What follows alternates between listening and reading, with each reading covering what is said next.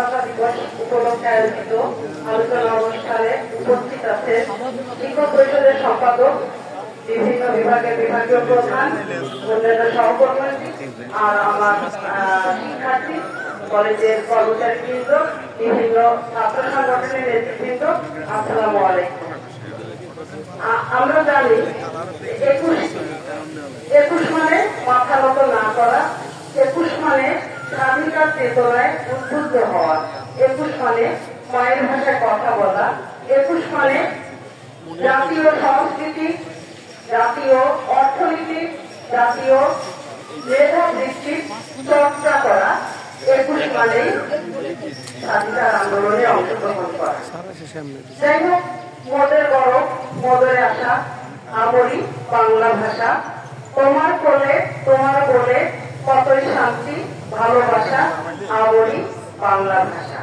সেই ভাষাই আমাদের বাংলা ভাষা, যে ভাষার জন্য 1952 সাল হয়েছিল 21 ফেব্রুয়ারি, যে ভাষার জন্য আমাদের অনেকগুলো তাজা প্রাণ আত্মত্যাগ করেছিলেন, যে ভাষায় আমরা এখনো দাঁড়িয়ে কথা বলছি।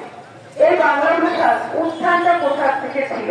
বাংলা ভাষার উত্থান আমরা জানি বাঙালির মূল শেকড়, অর্থাৎ বাঙালির আদি পরিচয় অনার্য গোষ্ঠী। এই অনার্য গোষ্ঠীর ব্যবহৃত যে ভাষাটা ছিল ওইটাই মূলত আমাদের বাংলা ভাষা।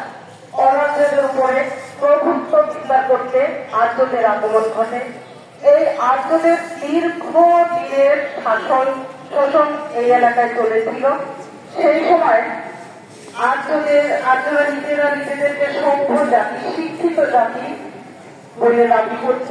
তাদের ভাষারই বিস্তার ঘটিয়েছিল আমাদের উপরে।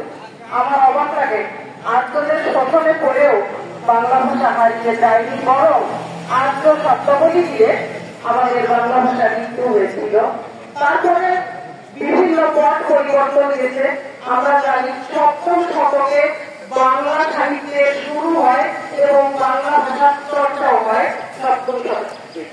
বাংলা ভাষার চর্চার ভিতর দিয়ে যাত্রা শুরু হলো। আমরা দেখলাম পাল আমল গেল, সেন আমল গেল, তারপরে মুসলিম আমল শুরু হলো 1200 সালের ভিতর দিয়ে। কিন্তু এক একটা আমল শেষ হচ্ছে, শুরু হচ্ছে, আগের ভাষা বিস্তারিত হচ্ছে। এত বিস্তারের ভিতরে বাংলা ভাষা কিন্তু হারিয়ে যাচ্ছে না, শুধু লিপ্ত হয়ে হচ্ছে। দীর্ঘ 550 বছরের মুসলিম শাসন, তারপরে আসলো ইংরেজ শাসন।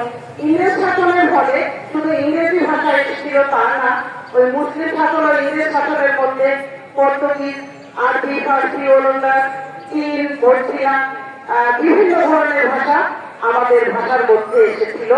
আমরা সেগুলোকে গ্রহণ করেছি এবং আমাদের ভাষাকে লিপ্ত করেছি। 200 বছরের ইংরেজ শাসন, 1800 সালের আধুনিক যুগের শুরু। এই আধুনিক যুগে এসে বাংলা কাব্যের সাথে শুরু হয় বাংলা গদ্য চর্চা। বাংলা গদ্য চর্চার ভিতর দিয়ে বিভিন্ন মনীষী বাংলা ভাষাকে সংস্কার, সমৃদ্ধ, পরিবর্তন শুরু হয়। সেইভাবে ধারাবাহিকভাবে চলতে শুরু করে। এভাবে যেতে যেতে আমরা দেখলাম যে 1900 সালে এসে আমরা 1900 সালের 30 দশক পর্যন্ত ঠিক মতোই চলছিলাম। আমরা এগিয়ে যাচ্ছিলাম আমাদের স্থানীয় সংস্কৃতি চর্চার ভিতর দিয়ে। তারপরে ইংরেজ শাসনের অবসান, ভারতবর্ষের স্বাধীনতা, দেশ বিভাগের ফলে আমরা ধর্মীয় বিবেচনায় মনে করলাম পূর্ব পাকিস্তান এবং পশ্চিম পাকিস্তান আমরা এক হয়েছি। আমাদের হয়তো আন্তরিকতার কাছাকাছি আমরা এসে পৌঁছেছি। সম্প্রদায়ের মধ্যেই আমরা উপলব্ধি করলাম পশ্চিম পাকিস্তান আমাদের আসলে আপন কেউ না, আমাদের বিজাতি দ্বারা, অর্থাৎ উর্দু ভাষী এক শ্রেণীর শোষক। এই উর্দু ভাষী এক শ্রেণীর শোষক খুব অল্প সময়ের মধ্যে বাংলা ভাষাকে গ্রাস করতে চাইল। তারা ঘোষণা দিল বাংলা নয়, উর্দুই হবে রাষ্ট্রীয় ভাষা। আমাদের পণ্ডিত মহল থেকে দাবি উঠল যে উর্দুর পাশাপাশি বাংলাকেও রাষ্ট্রীয় ভাষা করা হোক। পূর্ব পাকিস্তানিরা সেটাও মানল না। আর আন্দোলনটা একদিনে হয় না, বিভিন্নভাবে বিভিন্ন অঙ্গন থেকে মনীষীদের লেখার মাধ্যমে ব্যাখ্যা বিশ্লেষণের মাধ্যমে আমরা দেখেছি প্রতিবাদের সুর। সেই প্রতিবাদী একত্রিত হয়ে 52 সালে ভাষা আন্দোলন এবং আমাদের যারা অগ্রপন্থী, উদারপন্থী, প্রগতিশীল চেতনায় উদ্বুদ্ধ ছিলেন, তারাই ভাষা আন্দোলনের পক্ষে আন্দোলনে আত্মনিয়োগ করেন এবং আমাদের ভাষাকে ফিরিয়ে আনেন। তারপরেও কিন্তু আমরা ভাষা স্বাধীনতা পরিপূর্ণ পাইনি। আমাদের ভিতর থেকে আমাদের সংস্কৃতি চর্চা তো উঠিয়ে দেওয়া হচ্ছিল, কারণ আমরা রবীন্দ্র চর্চা করতে পারতাম না, নজরুল চর্চা করতে পারতাম না, অর্থাৎ সাহিত্য পড়ার অধিকার আমাদের দেওয়া হতো না।